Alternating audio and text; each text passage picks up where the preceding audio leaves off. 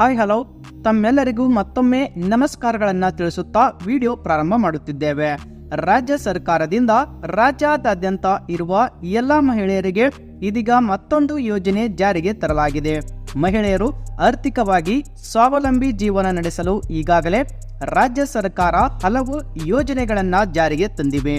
ಇದರ ಬೆನ್ನಲ್ಲೇ ಇದೀಗ ಮಹಿಳೆಯರಿಗೆ 3 ಲಕ್ಷ ರೂಪಾಯಿವರೆಗೆ ಹಣ ಸಹಾಯಧನ ರಾಜ್ಯ ಸರ್ಕಾರದಿಂದ ಸಿಗಲಿದೆ. ಹಾಗಾದರೆ ಸ್ನೇಹಿತರೆ, ಈ ಯೋಜನೆಗೆ ಬೇಕಾಗುವಂತಹ ದಾಖಲಾತಿಗಳು ಏನು ಮತ್ತು ಎಲ್ಲಿ ಅರ್ಜಿ ಸಲ್ಲಿಸಬೇಕು, ಈ ಹಣ ಪಡೆದ ಮೇಲೆ ಮತ್ತೆ ಹಿಂತಿರುಗಿಸಬೇಕಾ ಎಂಬುದರ ಕುರಿತು ಕಂಪ್ಲೀಟ್ ಮಾಹಿತಿ ಈ ವಿಡಿಯೋದಲ್ಲಿ ತಿಳಿಸಿ ಕೊಟ್ಟಿದ್ದೇವೆ.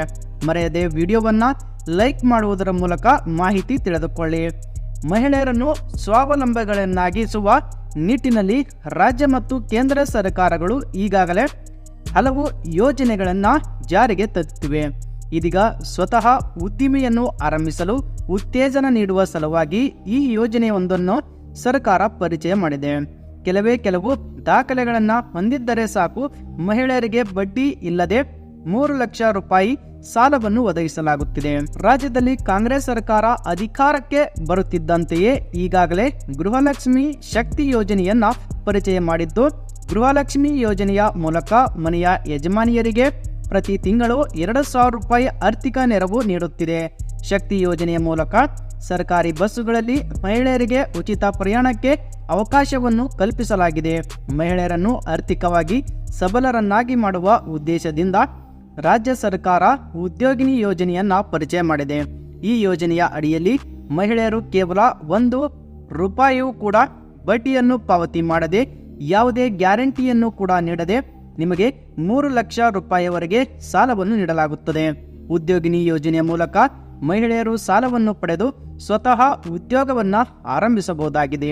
ಈ ಉದ್ಯೋಗಿನಿ ಯೋಜನೆಯು ಕರ್ನಾಟಕದಲ್ಲಿ ವಾಸಿಸುವ ಪ್ರತಿಯೊಬ್ಬ ಮಹಿಳೆಯರು ಕೂಡ ಆರಂಭ ಮಾಡಬಹುದು.